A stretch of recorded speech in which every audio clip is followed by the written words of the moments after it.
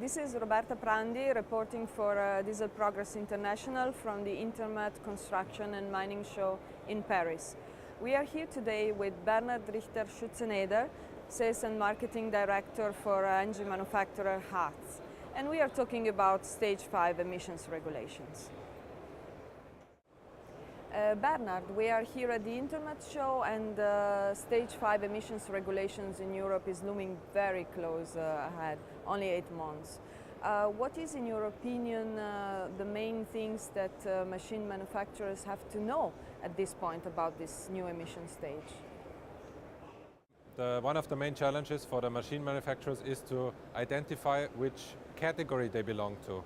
There are different categories, there are exemptions. For example, most of the products are in non-road engines, but there are also marine Stage 5 regulations. There are exemptions for explosion-proof areas. There are exemptions for military use, for stationary engines. So everybody needs to look what they really have to comply with in order to make the best product. One more thing is everybody has to think how many power they really need for the products. Because in Stage 5, over 19 kilowatt, you have to have a particulate filter. And the particulate filter works best if the product uses a certain amount of power. And in the past, people used bigger engines just for convenience.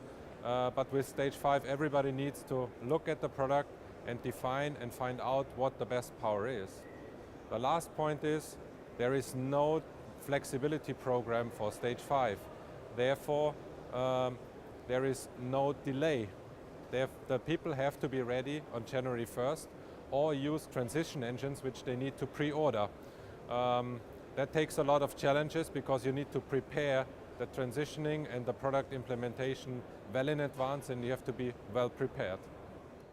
And Bernhard, from Hatz's point of view as an engine manufacturer, what can you offer to the machine manufacturers to make this transition easier and smooth?